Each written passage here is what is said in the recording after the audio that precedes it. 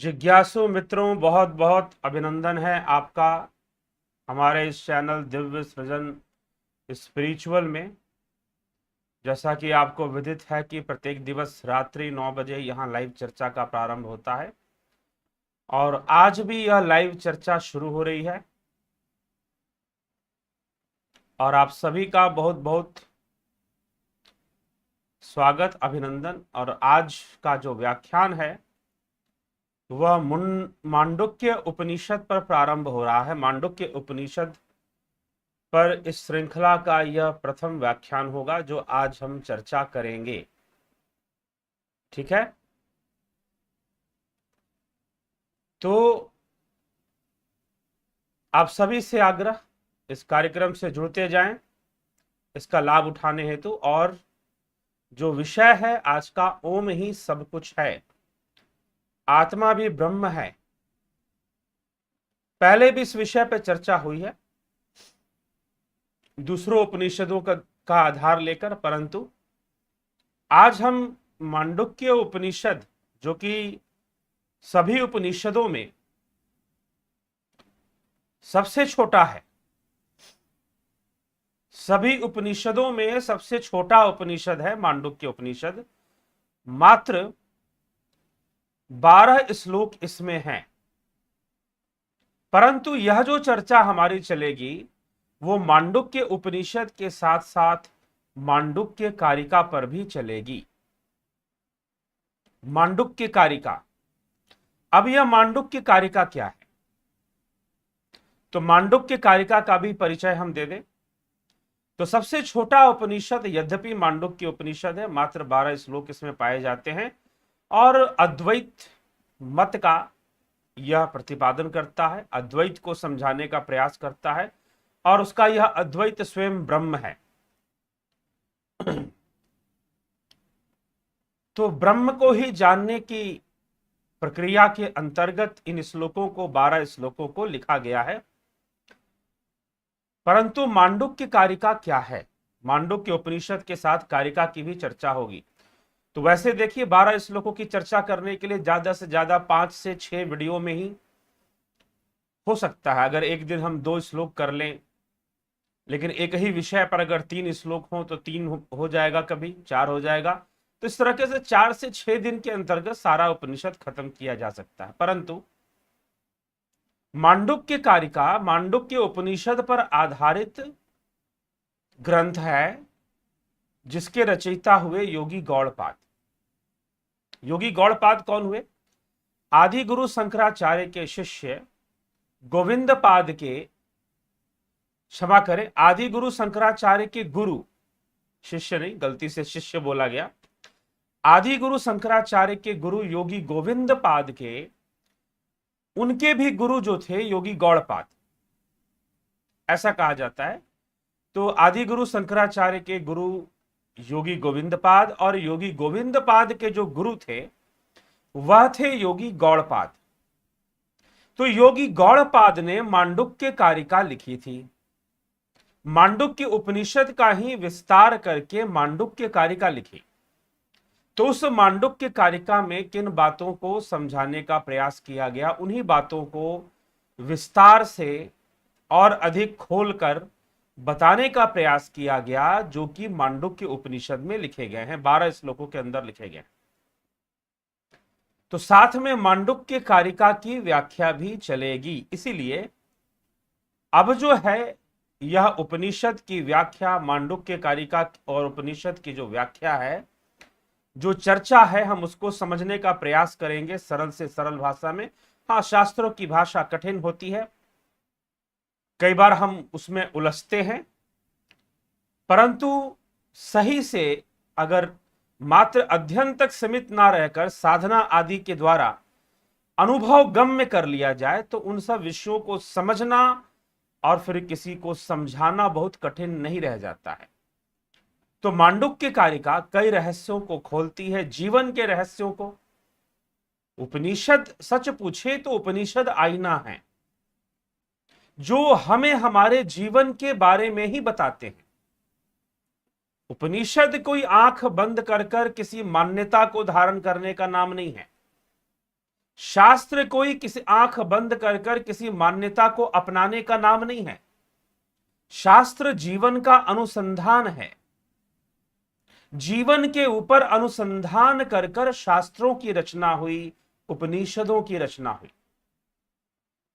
सूक्ष्म विषय, हमारे जीवन के सूक्ष्म विषय, चेतना, मन, बुद्धि, आत्मा, यह सब क्या हैं, कैसे कार्य करते हैं, किस प्रकार से स्थित हैं, उन सब का वर्णन करना शास्त्रों और उपनिषदों का लक्ष्य है। क्योंकि हम अपने जीवन में जो कुछ भी, जिन समस्याओं का सामना करते हैं, जिन भी समस्याओं का हम सामना करते हैं अपने जीवन में, उसमें हमारी मन, बुद्धि, आत्मा, चित्त, इंद्रियां, यही सब तो होती हैं। यही सब तो होती हैं। तो अगर हम इनके बारे में जाने तो निश्चय ही हम इस विषय को समझ पाएंगे और समझकर इसका लाभ भी उठा पाएंगे। ठीक है मित्रों, तो इसीलिए ये हमें समझने की आवश्यकता है और समझकर ही हमें इसका लाभ उठाना चाहिए। अन्यथा क्या होगा कि लोग कई बार मान्यताओं तक ही सीमित रह जाते हैं और मान्यताओं से ही लाभ उठाने का प्रयास करते हैं। तो मान्यताओं तक सीमित ना रहे, मान्यताओं तक स्थिर ना रहे और अपने जीवन को सही ढंग से समझने का प्रयास करें। हाँ जी, थोड़ा सा समय इसमें गलती से दिया गया है 11 PM का।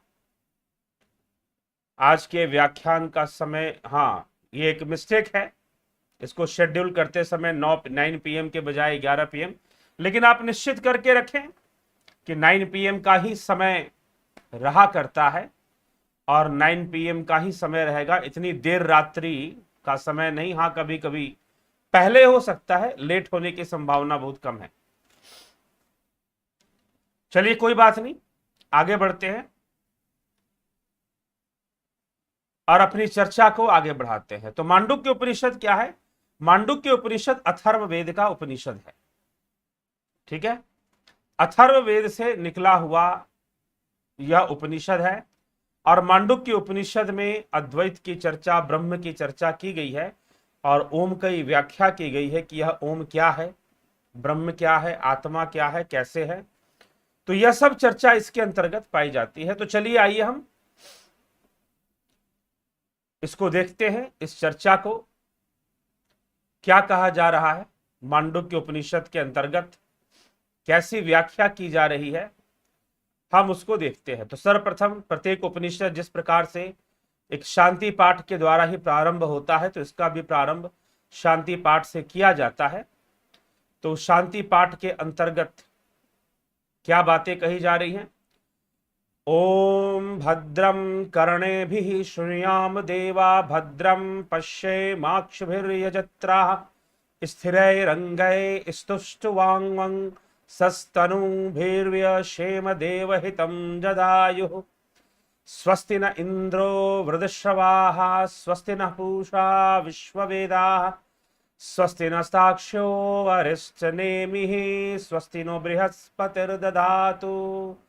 ओम शांतिः शांतिः शांतिः।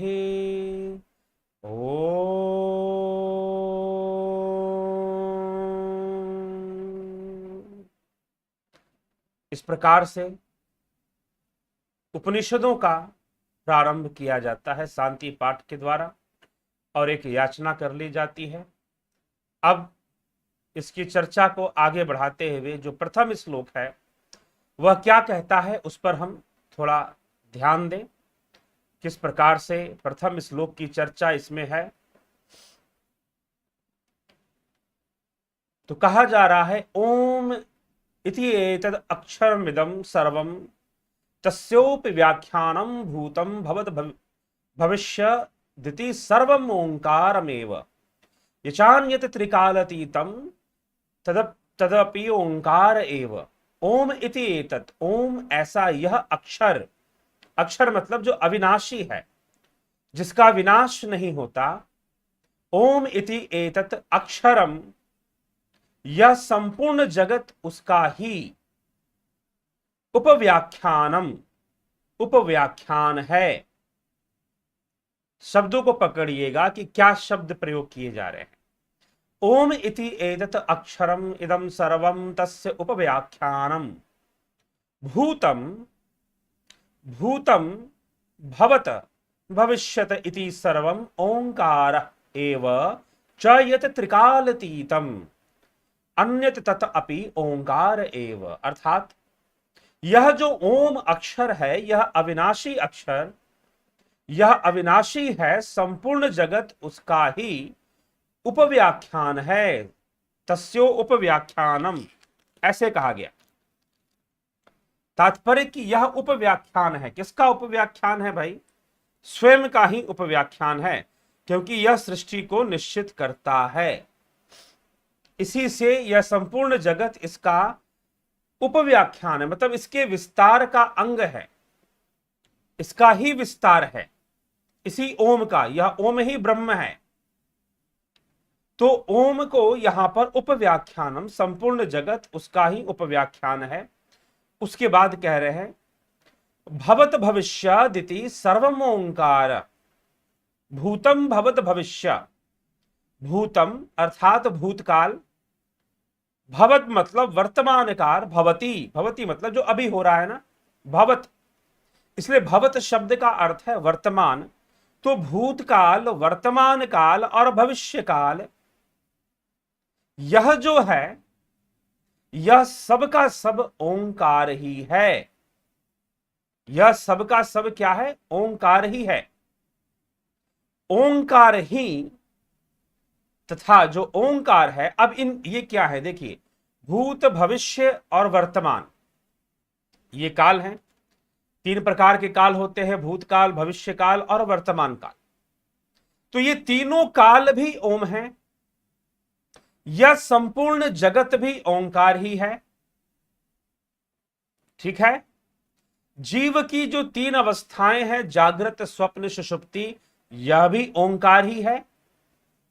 तो ओम वास्तव में क्या है? चतुष्पाद का वर्णन करने के लिए ओम, ओम की व्याख्या की गई है। तो मांडुक्य उपनिषद की विशेषता है कि इसमें चतुष्पाद का वर्णन मिलता है, चतुष्पाद को इसमें समझाया गया है। आप अगर भागवत महापुराण की कथा भी सुनते होंगे, या आप भागवत महापुराण का ग्रंथ श्रीमद् भागवत महापुराण, जिसमें श्री कृष्ण, जिसके 10वें स्कंद में, 11 स्कंद में श्री भगवान श्री कृष्ण की, द्वापर युगावतार श्री कृष्ण की लीला वर्णित है। दूसरे अध्यायों में 24 अवतारों की लीला वर्णित है। तो वहां पर आपने सुना होगा कि श्री विष्णु जी ने ब्रह्मा जी को चतुष्पदी भागवत का ज्ञान कराया। अब ये चतुष्पदी भागवत क्या है? 4 पदों की भागवत कौन सी है भाई? 4 पदों की व्याख्या क्या है? वास्तव में जिसे चतुष्पदी भागवत कहा गया है, या जो चतुष्पाद का ज्ञान है, वह उसकी व्याख्या मांडुक्य उपनिषद ही है। मांडुक्य उपनिषद ही चतुष्पाद की व्याख्या करता है, चतुष्पाद को समझाता है।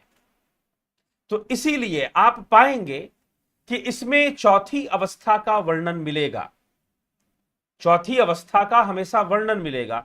तो यहां पर भी इस श्लोक में भी हम देख रहे हैं कि कहा जा रहा है कि यह जो जगत है, यह सब उसी का उपव्याख्यान है, वही ओम।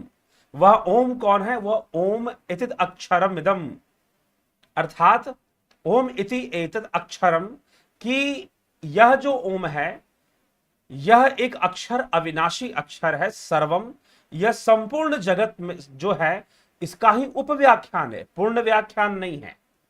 उपव्याख्यान मतलब राष्ट्रपति, उपराष्ट्रपति कहते हैं ना, उप मतलब कि उस उसका ही आधार लेकर वह भी है। अगर राष्ट्रपति का पद ना होता तो उपराष्ट्रपति का भी पद नहीं हो सकता था। क्या उपराष्ट्रपति का पद हो पाता अगर राष्ट्रपति का पद ना होता? तो इसीलिए इस विषय में हम थोड़ा सा यहां जो समझाया जा रहा है समझने का प्रयास करें। तो जगत को उपव्याख्यान कहा जा रहा है। इसीलिए अगर आपने मुंडक उपनिषद ध्यान से सुना हो, जैसी व्याख्या मुंडक उपनिषद में हुई है, वहां पर क्या चर्चा हुई? पर ब्रह्म और अपर ब्रह्म की चर्चा हुई, पराविद्या अपराविद्या की चर्चा हुई। उससे पहले के उपनिषद में भी, प्रश्नोपनिषद में भी पर ब्रह्म अपर ब्रह्म की चर्चा हुई। तो पर ब्रह्म और अपर ब्रह्म क्या है भाई? तो एक परा अवस्था, एक पर ब्रह्म की चर्चा और एक अपर ब्रह्म की चर्चा। तो यह उपव्याख्यान, तो यहां पर एक मुख्य व्याख्यान है और एक उपव्याख्यान है। किसका? ओम का। तो यह जो संपूर्ण जगत है यह उपव्याख्यान है, अर्थात अपर ब्रह्म। यहां पर अगर उपव्याख्यान को समझना चाहते हैं तो जगत को ही उपव्याख्यान बताया जा रहा है। जिस प्रकार से राष्ट्रपति का पद नहीं होगा तो उपराष्ट्रपति का पद भी नहीं होगा।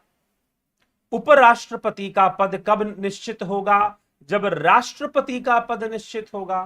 कि अरे भाई, अगर किसी अवस्था में या किसी काल में राष्ट्रपति ना हो तो उपराष्ट्रपति कार्य करेगा। इस उद्देश्य से, इसीलिए उपराष्ट्रपति की जो निर्भरता है वह राष्ट्रपति पर है। उपराष्ट्रपति का जो पद है वह पूर्णतः राष्ट्रपति पर निर्भर है। अगर राष्ट्रपति का पद ना हो तो उपराष्ट्रपति के पद होने का कोई मतलब नहीं निकलता। वैसे ही यहां पर उपव्याख्यान, अर्थात यह संपूर्ण जगत किस पर आधारित है? तो एक मुख्य व्याख्यान है, उस पर आधारित है। इसीलिए कहा जा रहा है कि वह ओम इति एतद अक्षरम, कि यह ओम ही परम अक्षर है, यह ओम ही परम अक्षर है। तो यह संपूर्ण जगत उसका ही उपव्याख्यान है, उस ब्रह्म का, उस ओम का। यह संपूर्ण जगत उस ओम का ही क्या है? उपव्याख्यान है।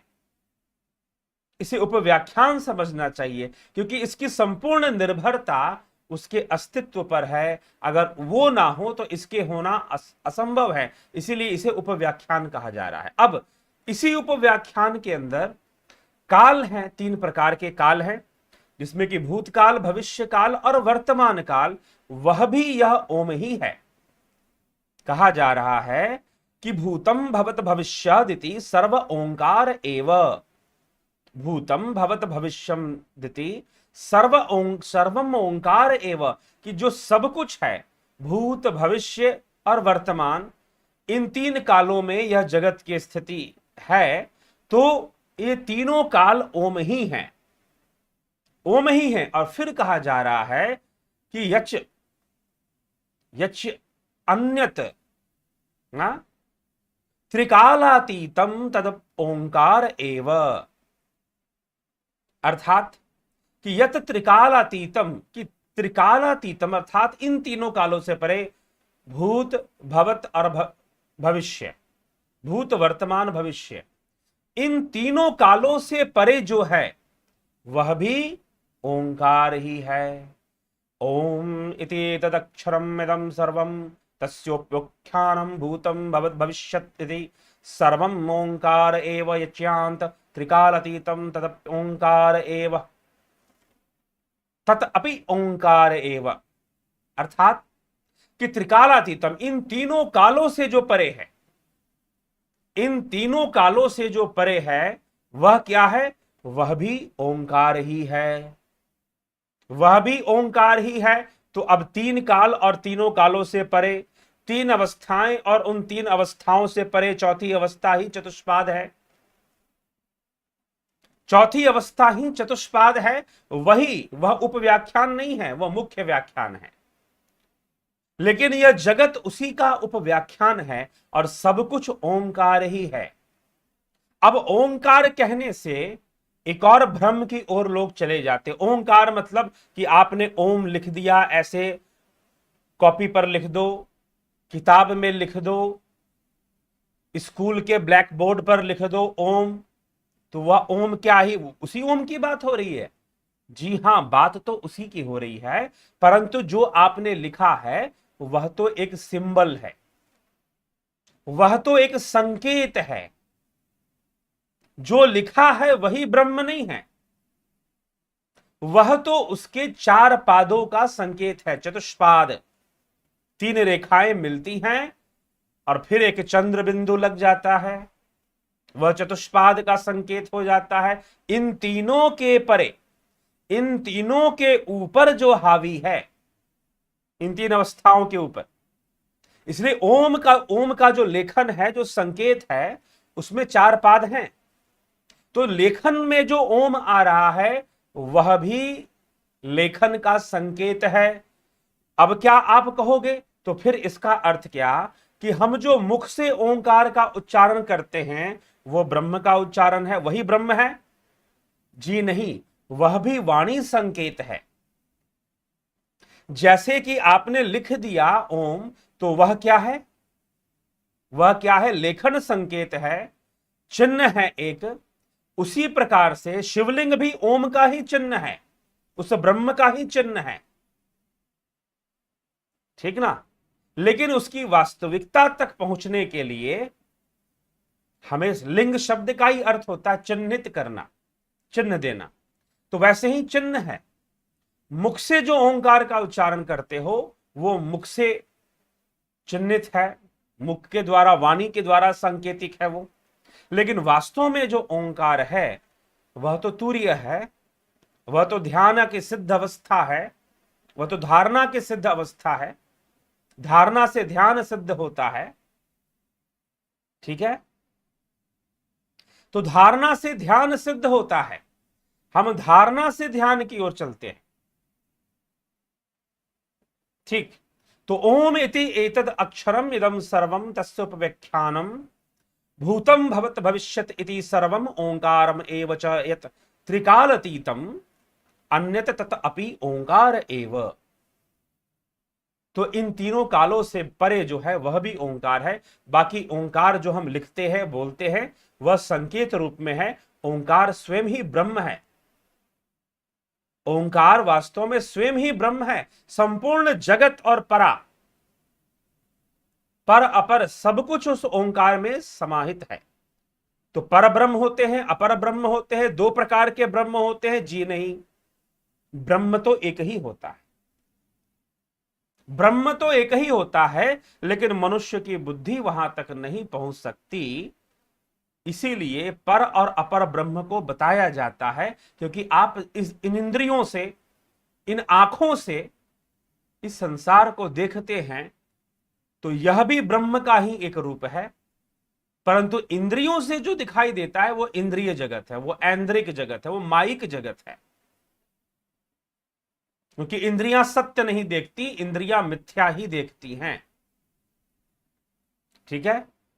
तो यह चीज है। तो इस प्रकार से ब्रह्म तो एक ही है, लेकिन उसे पर अपर कहकर समझाया गया, और उसी चीज को एक करते हुए यहां पर कहा जा रहा है कि एक नहीं, यहां पर उस अपर ब्रह्म को उपव्याख्यान कहा गया इस श्लोक के अंदर। ओम इति एतदक्षरम इदम सर्वम तस्य उपव्याख्यानम। उपव्याख्यानम तो अपर ब्रह्म, एक पर ब्रह्म, एक अपर ब्रह्म, तो अपर ब्रह्म को ही यहां पर उपव्याख्यान कहा जा रहा है, ये समझ ले। अब फिर 3 काल, इस उपव्याख्यान के अंदर 3 काल हैं, भूतम भवत भविष्यम, भूत, वर्तमान और भविष्य। और जो इन 3 कालों से परे है, त्रिकालातीतम, त्रिकालातीतम च यत, त्रिकाल अतीतम, जो त्रिकाल से परे है, भूत भवत भविष्य से परे है, वह भी तो ओंकार ही है, वह भी ओंकार ही है। मतलब एक संकेत यहां पर दे दिया गया कि भाई 3 कालों से भी परे है,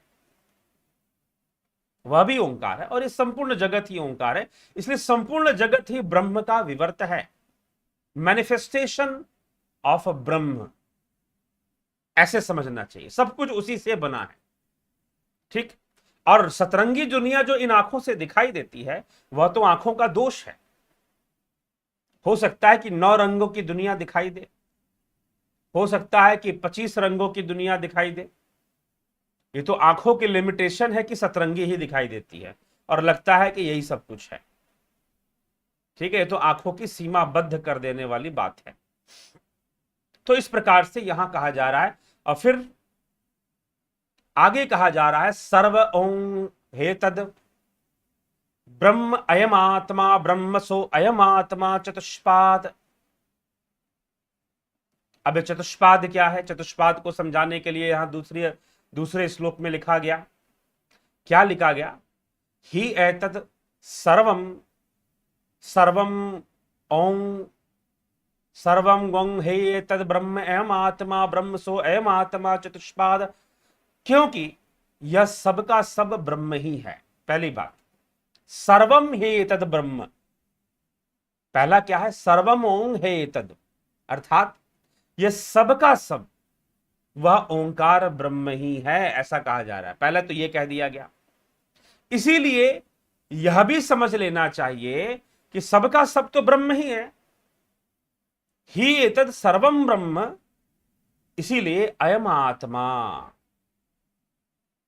ठीक, यह जो आत्मा है, यह जो आत्मा है ब्रह्म ही है। अयम आत्मा ब्रह्म सो अयम आत्मा चतुष्पाद, इसीलिए यह आत्मा ही चतुष्पाद, 4 चरणों वाला है। यह आत्मा ही 4 चरणों वाला है। इसे 4 चरणों वाला होने के कारण इसे चतुष्पाद कहा गया है। यहां पर चतुष्पाद कहा जा रहा है कि सर्वम ही एतत् सर्वम ब्रह्म अयम आत्मा ब्रह्म, यह आत्मा भी ब्रह्म है और यह आत्मा ही 4 चरणों वाला है। अब आत्मा को यहां पर ब्रह्म कहते हुए अयम आत्मा, यह आत्मा ब्रह्म सो अयम आत्मा चतुष्पाद, तो यह सब कुछ ही ब्रह्म है। पहले तो यह कहा गया, यह ओंकार, यह सब कुछ, यह जगत और ये 3 काल और इन 3 कालों से भी परे जो अवस्था बनती है वह भी ब्रह्म है। यह सब कुछ ही ब्रह्म है, सबका सब ही ब्रह्म है और यह आत्मा भी ब्रह्म है और यह आत्मा ही 4 चरणों वाला है। अब यहां पर आत्मा को भी पहले तो कहा गया कि यह सब कुछ ही ब्रह्म है। पकड़िएगा, शब्दों को पकड़िए तब समझ में आएगा।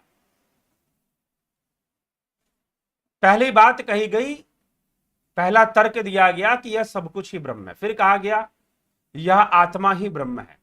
फिर कहा गया इस आत्मा के चतुष्पाद हैं। यह आत्मा 4 पादों वाला है, 4 चरणों वाला है।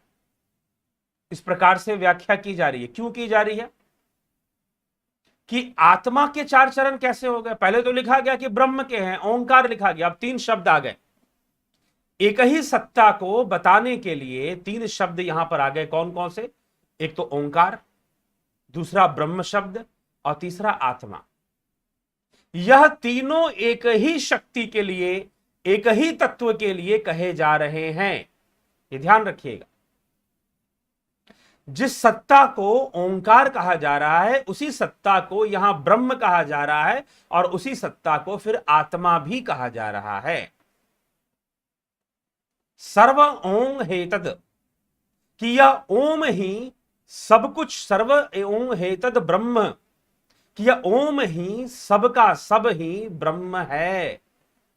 और फिर अयम आत्मा, यही आत्मा भी ब्रह्म है। सह अयम आत्मा चतुष्पाद, और फिर यह आत्मा के 4 चरण हैं, अर्थात ब्रह्म के ही 4 चरण हैं, ब्रह्म के 4 पाद हैं, क्योंकि यहां आत्मा को भी ब्रह्म कहा जा रहा है। इस प्रकार से तो एक ही शक्ति को समझाने के लिए, एक ही शक्ति को समझाने के लिए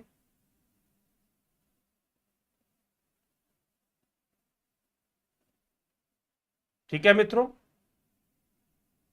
एक ही शक्ति को समझाने के लिए 3 शब्दों का प्रयोग हो रहा है, ओंकार, ब्रह्म और आत्मा। वो एक ही सत्ता है, एक ही शक्ति है, जिसे कि ओंकार, ब्रह्म और आत्मा कहकर बताया जा रहा है।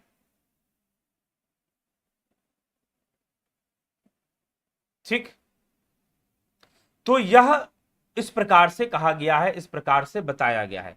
तो यह 2 श्लोक आज यहीं तक रखते हैं। अभी और आगे चतुष्पाद का वर्णन बाकी है कि भाई चतुष्पाद में क्या क्या चीजें आती हैं। चतुष्पाद में क्या क्या चीजें आती हैं, चतुष्पाद किसे कहा गया है, चतुष्पाद में क्या क्या चीजें आती हैं, तो इसका वर्णन आगे के श्लोकों में मिलता है, जो कि हम आज नहीं करेंगे। आज हम इन्हीं 2 श्लोकों तक करते हैं। अब चतुष्पाद, अब यहां पर बात छेड़ दी गई, एक विषय छेड़ दिया गया कि भाई 4 चरणों वाला है। तो 2 श्लोकों को अगर हम अच्छे से समझें तो 2 श्लोकों में कुछ जो बातें स्पष्ट की जा रही हैं, जो समझाई जा रही हैं, वो ये समझाई जा रही हैं कि वह एक ही तत्व है जिससे सब कुछ बना है, सब कुछ उसी का विवर्त है।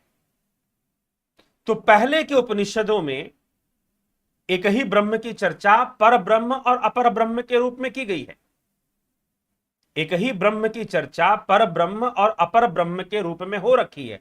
आपने पहले भी सुना है इसको कि पर ब्रह्म क्या है, अपर ब्रह्म क्या है। ठीक है, तो पर ब्रह्म और अपर ब्रह्म, अपर ब्रह्म यह जगत को अपर ब्रह्म कहा गया, और इंद्रियों के परे जो हम नहीं देख पाते हैं, जो इंद्रियों के परे है, उसे पर ब्रह्म कहा गया। और उसी से संबंधित पराविद्या अपराविद्या का कॉन्सेप्ट भी आया। पराविद्या अपराविद्या को भी समझाया गया, उसी से संबंधित आपने यह भी देख लिया था पिछले उपनिषदों में। लेकिन अब है तो वो ब्रह्म एक ही, लेकिन मनुष्य के साथ समस्या है, मनुष्य के साथ, जीवों के साथ समस्या है कि वह पूरी तरह से इंद्रिय अनुभूतियों पर निर्भर है, इंद्रिय अनुभूतियों में आसक्त हैं।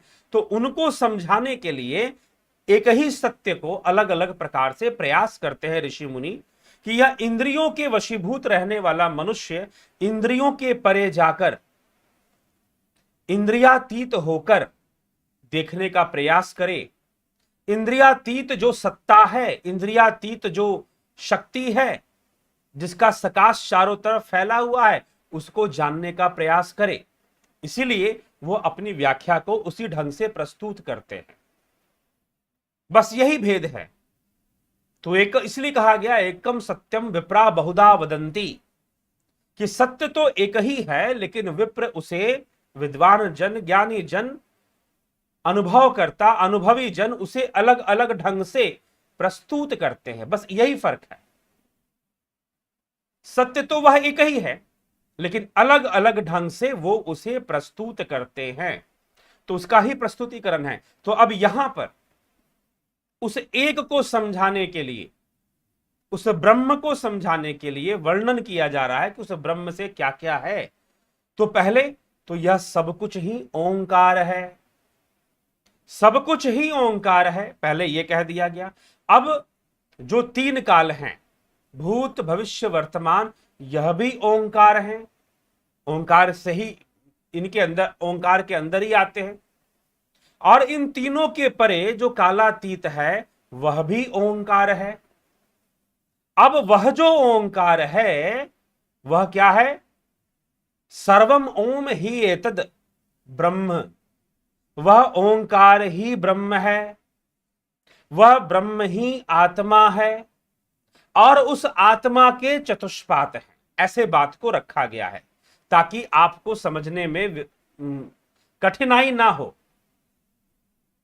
कठिनाई ना हो, क्योंकि पीछे के शब्द और कई शब्दों के अनुसार, कई विचारों के अनुसार आप इन तीनों को अलग अलग समझते होंगे, ओंकार, ब्रह्म और आत्मा।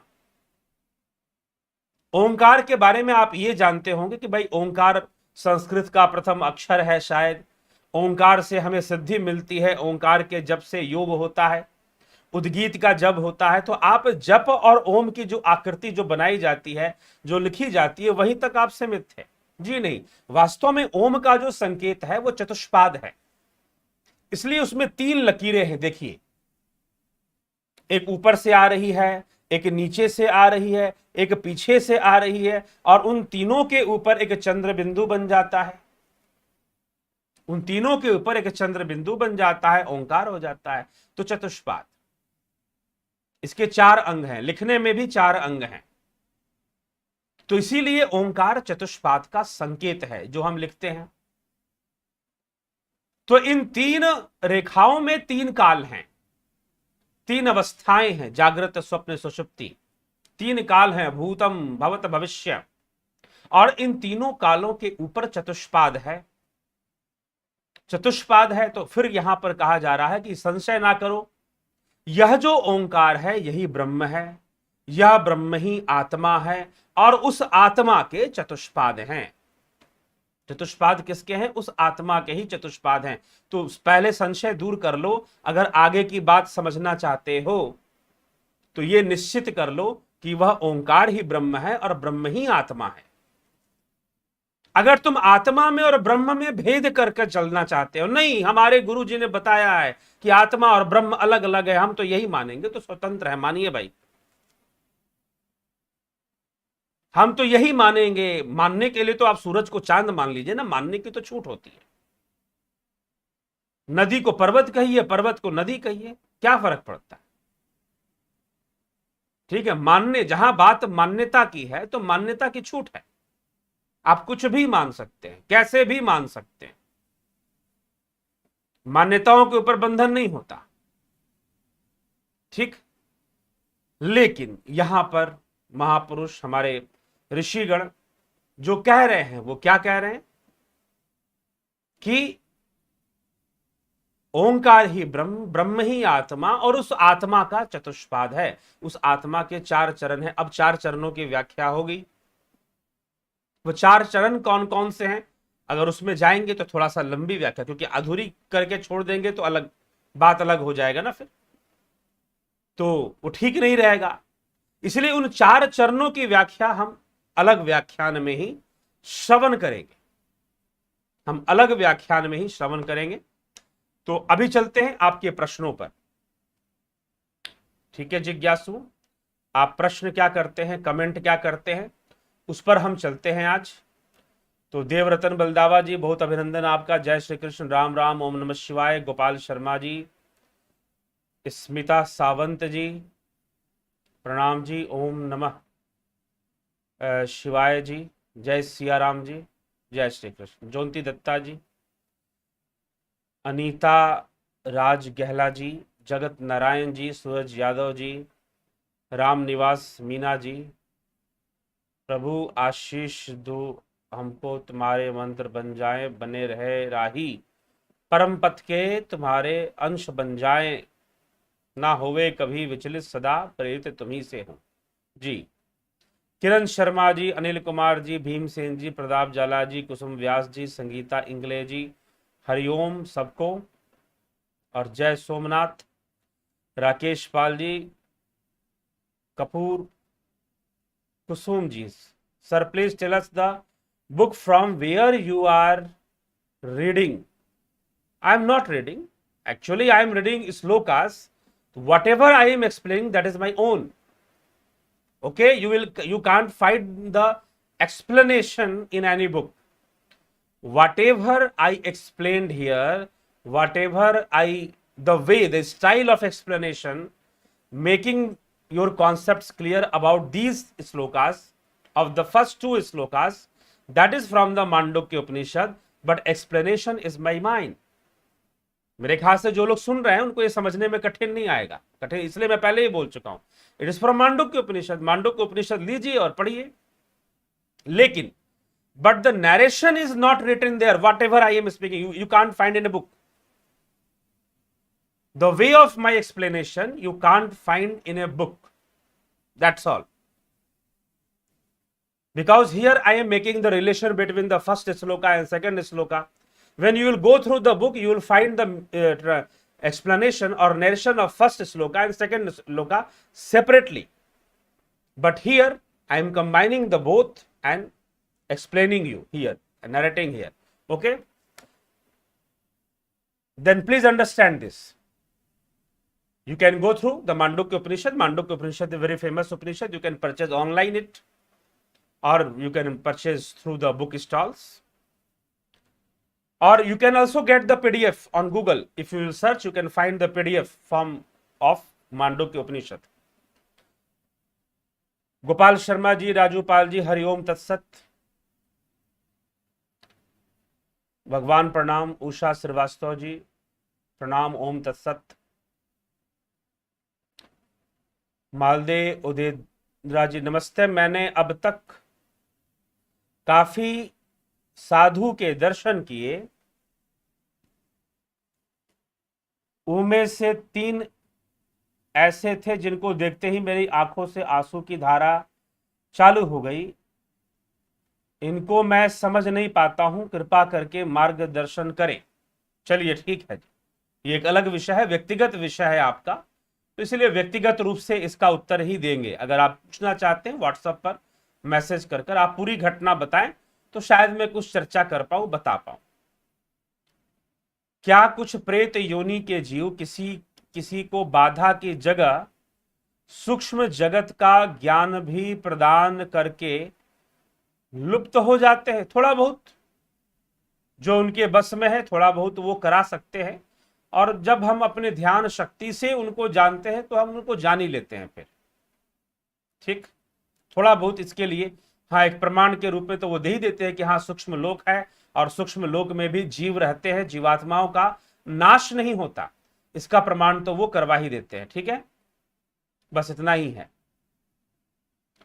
ओम नमः शिवाय। आपके सब वीडियो यूट्यूब में एक साथ में कहां मिलेगा? नमस्कार, दिव्य सृजन स्पिरिचुअल चैनल पर मिलेगा। कहां मिलेगा जी? दिव्य सृजन स्पिरिचुअल चैनल पर ही मिलेगा।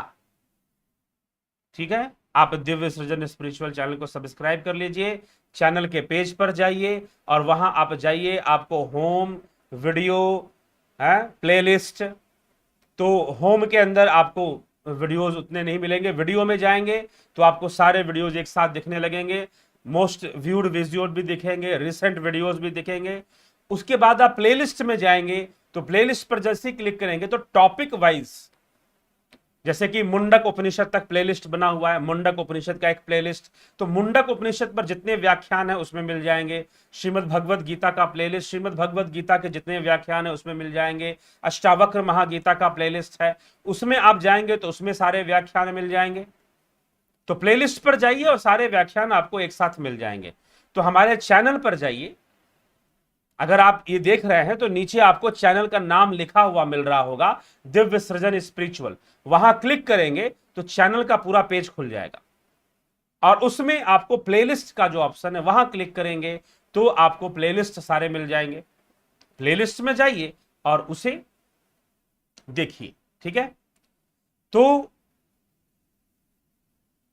ये इस प्रकार से आपको मिलेंगे। आगे चले, हो गया मनीष पटेल जी, आकाश वदर जी, सरोज यादव जी। गुरु जी मुझे पता नहीं क्यों हर वक्त सिगरेट एंड बीड़ी जैसी स्मेल आती रहती है, कृपया मार्गदर्शन करें। यह भी आपका व्यक्तिगत विषय है मित्र, इतना बता देने मात्र से मैं आपका बहुत कुछ नहीं बता पाऊंगा। आप मुझे व्हाट्सएप मैसेज कीजिए, अपना पूरा एक्सपीरियंस बताइए, अपनी पूरी समस्या बताइए, फिर मैं आपको समय दूंगा, बात कीजिए और उससे जानिए। व्यक्तिगत विषय यहाँ पर आपको बहुत ज्यादा चर्चा करने से फिर दूसरों के भी कमेंट होते और लंबा समय खींचने का संभावना रहती। वर्षा कुशवाहा जी, सत्य सत्य नमन प्रकटे के कोई स्वतंत्र सत्ता जाने है क्या? प्रश्न है ना, क्या है? चलिए, सूरज सरोज यादव जी, ऋषि प्रकाश जी, ऋषि प्रकाश, यस ओम ही ब्रह्म है, इट इज ट्रू गुरु जी, सत सत प्रणाम। कमल प्रजापति जी, ऋषि प्रकाश जी, किशोर शुक्ला जी, अमित तिवारी जी, ज्योति राधे जी, बाधे जी, ओम नमः शिवाय। स्मिता सावंत जी प्रणाम गुरु जी, मैंने जुपिटर मेंबरशिप का शुल्क अदा किया है, परंतु मुझे जुपिटर कोर्स अभी तक प्राप्त नहीं हुआ। शुरू हो जाएगा, आपने शायद कल ही किया है तो वो प्रारंभ हो जाएगा। आजकल थोड़ी सी देरी होती है कोर्स स्टार्ट करने में, उसके 2-3 कारण हैं।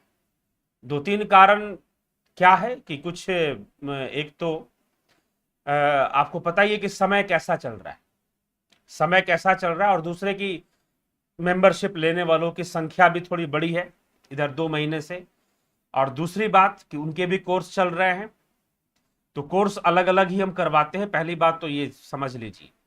ये तो ज्यादातर आप ऑनलाइन कोर्सेज करवाने जाते होंगे तो वो आपको कोर्स आपको ज्वाइन करवा देंगे, महीना भर बाद कोर्स शुरू करेंगे,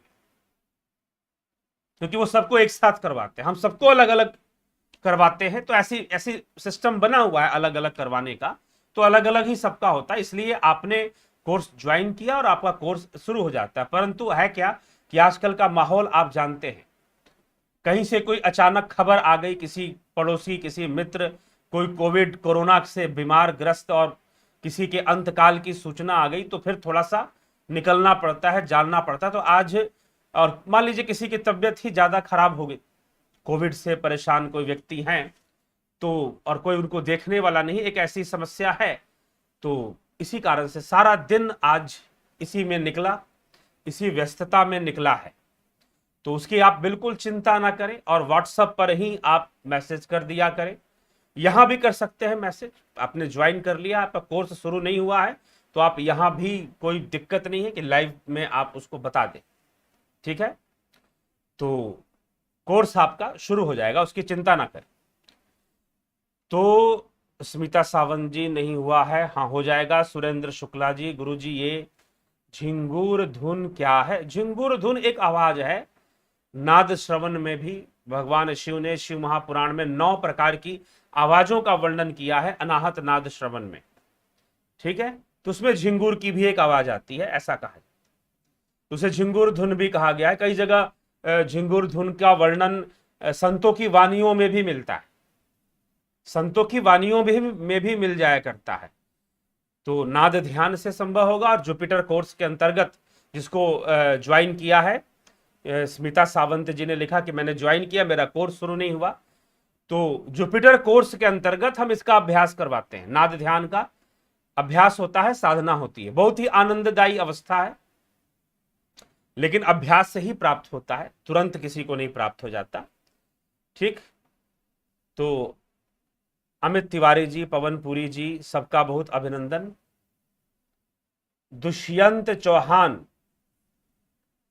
गुरुजी प्रणाम। गुरुजी आपके वीडियो मैंने देखा, शरीर के माध्यम से जीव ही भोगता है, आपने कर्मों के आधार पर मरने के बाद जीव आत्मा फिर भोगती। अस गरुड़ पुराण, एक कर्म के लिए 2 बार दंड क्यों? एक कर्म के लिए 2 बार दंड नहीं होता, जब तक कर्म पूर्ण ना हो जाए तब तक दंड रहता है, ठीक।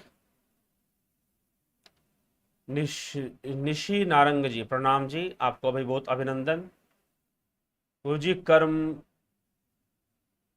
कानों में आवाज आती है, ढोलक की आवाज सुनाई, कैसे? ये आपका व्यक्तिगत अनुभव है, किस प्रकार से सुनाई देती है, कैसे सुनाई देती है, आप पूरा पूरा बताएंगे तो फिर उसको बताया जाएगा, ठीक है, समझाया जाएगा, क्योंकि आवाज आने के कई कारण हो सकते हैं। मनीष पटेल जी आभार। अरुण कटारिया जी हरिओम। स्मिता सावंत जी धन्यवाद। हाँ स्मिता सावंत जी, आपके साथ अभी 3 लोग और हैं, 2 लोग और हैं जिनका कोर्स अभी शुरू नहीं हुआ है। उसमें से कोई मिश्रा जी हैं और एक और व्यक्ति हैं जिनका कोर्स, अभी 3 लोग आपके साथ हैं जिनका डिले हो गया है लगभग, वो उन्होंने एक साथ ही ज्वाइन किया है आपके साथ ही, तो उनका भी शुरू होना है, तो वो भी शुरू हो जाएगा, उसकी चिंता ना करें, ठीक। जयंती भाई पटेल जी अभिनंदन आपका। कपूर कुसुम जी थैंक यू, ठीक है। तो आप व्यक्तिगत रूप से, जिनके व्यक्तिगत प्रश्न है, व्यक्तिगत रूप से संपर्क कर कर ही आप इस पर चलिए, ठीक है। तो व्यक्तिगत प्रश्नों का सही उत्तर, क्योंकि उसका विस्तार करना उचित नहीं होता, जो आपका व्यक्तिगत प्रश्न है, इससे विषयांतर भी बन जाता है और साथ ही साथ वो पता नहीं वो व्यक्तिगत है और मैं यहां उत्तर सामूहिक रूप से दूंगा तो शायद आपको पूरी तरह से बात स्पष्ट ना हो पाए। तो इसीलिए जो आपके व्यक्तिगत प्रश्न है, कोई व्यक्तिगत समस्या है, आप व्यक्तिगत वो कीजिए, समय लीजिए, व्हाट्सएप मैसेज कीजिए, अपना व्यक्तिगत समय बताइए, आप वॉइस मैसेज भेजिए, आप वॉइस मैसेज भेजिए, अन्यथा आप लिखकर भेजिए कि हाँ मुझे ये समस्या है, आप तो टेलीग्राम पर भी या व्हाट्सएप पर भी आप वॉइस मैसेज भेज सकते हैं। तो भेज के बताइए कि आपको ये समस्या है, ऐसी ऐसी चीजें दिखाई देती हैं, सुनाई देती हैं, कुछ होता है, तो उसके अनुसार आपसे प्रश्न पूछा जाएगा फिर कि भाई किस प्रकार की अनुभूति है, उसको जाना जाएगा, फिर बताया जाएगा कि क्या है क्या नहीं है। ठीक है, तो इसीलिए विवेक से आप, इसलिए ज्यादातर आपके व्यक्तिगत प्रश्नों का विस्तार मैं यहां पर नहीं करता हूं। ठीक, तो चलिए, यही है, अपना ध्यान रखें, अपना ख्याल रखें। कोरोना वायरस का प्रसार चारों तरफ फैला हुआ है। किसी मित्र ने यह भी प्रश्न किया कि आप एक बार यह समझाएं कि ऐसा क्यों हुआ कि यह कोरोना वायरस तो 1 वर्ष से है, 1 वर्ष से हम उसके बारे में सुन रहे हैं, तो ऐसा क्यों हो रहा है कि 2021 में, 2020 में ही लगभग 19, कोविड-19 इसको बोलते हैं, कि 2019 सितंबर से इसकी चर्चा चाइना में शुरू हो गई थी। चीन के अंदर यह फैलने लगा था, जिससे काफी लोग बीमार पड़ने लगे थे, और चीन में पूरा का लॉकडाउन, पहले वुहान नगर के अंदर और फिर दूसरे शहरों में भी लॉकडाउन होने लगा था, चीन के अंदर सबसे पहले।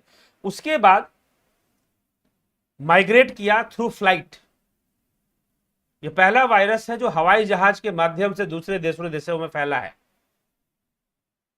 ठीक है, तो फिर वो माइग्रेट करता है और दूसरे देशों में वो पहुंचता है, और हमारे यहां पर 2020 में पहुंचता है, लगभग फरवरी से इसकी चर्चा बढ़नी शुरू हो जाती है भारत में। जनवरी नहीं, जनवरी भी छोड़ दीजिए, लास्ट जनवरी को तो WHO महोदय ने बताया, जो ये कह रहे थे कि India's condition is out of heart breaking. उन महानुभाव ने बहुत देर से विश्व को बताया कि ऐसा कोई वायरस है। पहले वो बरगलाते रहे कि नहीं, यह तो मीट से फैल रहा है, मतलब मांसाहार ना कीजिए तो ठीक हो जाएगा, नहीं लगेगा, मांस से फैल रहा है, एनिमल्स में फैल रहा है, नहीं, आदमी से आदमी फैल रहा है, हवा में फैल रहा है, पानी में फैल रहा है, ये नहीं बताया। जबकि उनको पहले से सब पता था, इतने अनपढ़ गंवार नहीं है वो। ठीक है, तो लेकिन फिर भी दुनिया से छुपाई गई, इसकी राज को छुपाया गया WHO के प्रेसिडेंट के द्वारा। यह जो अपराध है, इसके लिए वो व्यक्ति सदा दोषी कहा ही जाएगा, इतिहास में भी कहा जाएगा। ठीक है, तो अब वो चाहे जो भी कहते रहे कि हार्ट ब्रेकिंग सिचुएशन है भारत में, चाहे जो भी है, लेकिन ऐसे लोगों के बहकावे में नहीं आना चाहिए।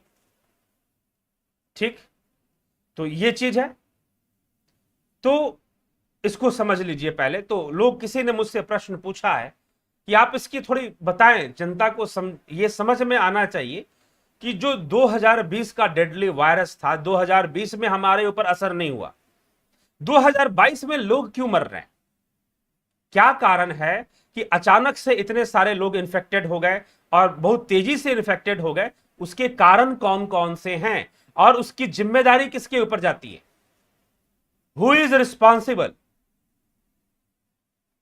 ठीक है, जिम्मेदारी उसकी किसके किसके ऊपर जाती है, आप क्या समझते। तो किसी व्यक्ति से चर्चा हुई थी, तो कोशिश करेंगे कल का व्याख्यान इस विषय पर भी थोड़ा सा लाया जाए कि क्यों यह वायरस आज 2022 में आकर फैल गया। 2020 में तो सॉरी 22 नहीं 21 में, 2020 में तो ऐसा कुछ नहीं हुआ, इतना कोई व्यापक इसका प्रभाव नहीं दिखाई दिया, और 2021 में, 20 में नहीं 21 में आकर इतना व्यापक रूप धारण कर लिया। और इतनी सफलता कोरोना वायरस को कैसे मिल गई, जब साल भर में नहीं मिली, जब साल भर में इसको सफलता नहीं मिली, तो 2021 में अचानक इतनी बड़ी सफलता कोरोना वायरस को कैसे मिली, इसके लिए जिम्मेदार कौन है, हु इज रिस्पॉन्सिबल, और क्यों उसको सफलता मिली, क्यों इतने लोग इन्फेक्टेड। अब जाकर धीरे धीरे केसेस कम होने हर राज्य के अंदर शुरू हो गए हैं वैसे तो मित्रों, इसको भी थोड़ा समझना जरूरी है, क्योंकि भोगना तो आम जनता को पड़ता है। मर कौन रहा है भाई, कॉमन आदमी मर रहा है। तो चलिए, इस पर भी कल एक व्याख्यान करते हैं और हम ध्यान से समझते हैं कि क्यों ऐसा हो गया। जो 2020 में आया था तब हमें नुकसान नहीं पहुंचा पाया उतना, और 2021 में अचानक इतना नुकसान पहुंचाना शुरू कर दिया? Why it happened? ठीक है, तो चलिए इस पर चर्चा करेंगे। तो आइए, और क्या कह रहे हैं?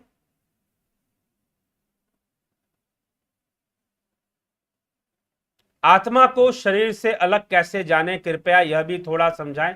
कई बार इस पर चर्चा हो चुकी है, कई बार इस पर चर्चा हो चुकी है।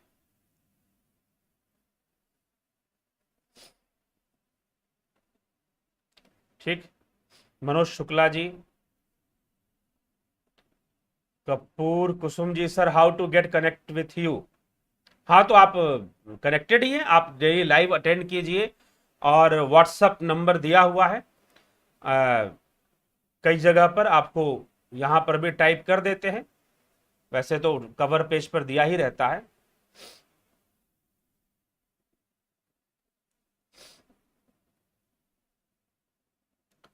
तो आप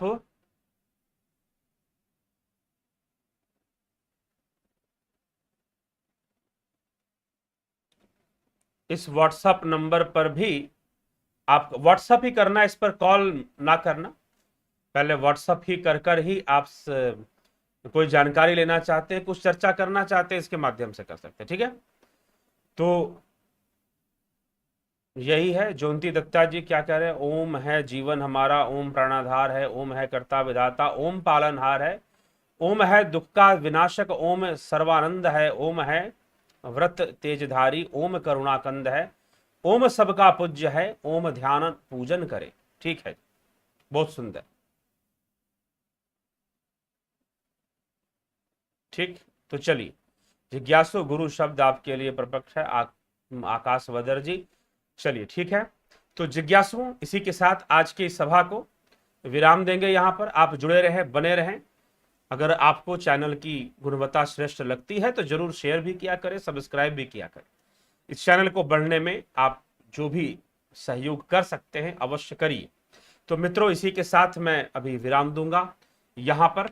इस सभा को जुड़े रहें, बने रहें, और जिनके कोर्सेस हैं वो भी कोर्स शुरू हो जाएगा, उसके लिए चिंतित ना हो। हाँ, लेकिन आप उसके लिए मुझे स्मरण करवा दें, ये भी जरूरी है। ठीक है, क्योंकि सबके कोर्सेज अलग अलग चलते हैं, और कई बार संख्या बढ़ जाती है तो ऐसा भी हो जाता है कि किसी किसी को भूल भी जाते हैं। तो स्मरण करवा दें, और व्हाट्सएप पर ही स्मरण करवा दें। आप रिपीट कर देंगे कि हाँ, मेरा कोर्स शुरू नहीं हुआ है, 2 दिन ज्वाइन किए हुए हो गए, या फिर 1 दिन ज्वाइन किए हुए हो गए। होता नहीं, वैसे 1-2 दिन भी नहीं टाइम लगता है। कई लोग हैं जिन्होंने ज्वाइन किया और इमिडिएटली शुरू हो जाता है, लेकिन कभी कभी कोई कारण बन जाता है। तो इसी कारण से अगर हो भी गए हैं, क्योंकि संख्या भी बढ़ रही है, कोर्सों को ज्वाइन करने वाले लोगों की संख्या बढ़ रही है, और साथ ही जो है कुछ व्यस्तता भी बढ़ जाया करती है अचानक से। तो चलिए, इसीलिए लाइव का समय 9 बजे इसीलिए रखा है कि मोटा मोटी इस टाइम तक आदमी कितना भी बिजी हो तो अपने स्थान पर पहुंच ही जाता है, मेरे लिए भी और आप सबके लिए भी। इसलिए 9 बजे का समय ही लाइव चर्चा का रखते हैं। तो शुरू हो जाएगा, और आप ज्वाइन करें, संपर्क करें और लाभ उठाएं। बहुत बहुत आभार आप सभी का।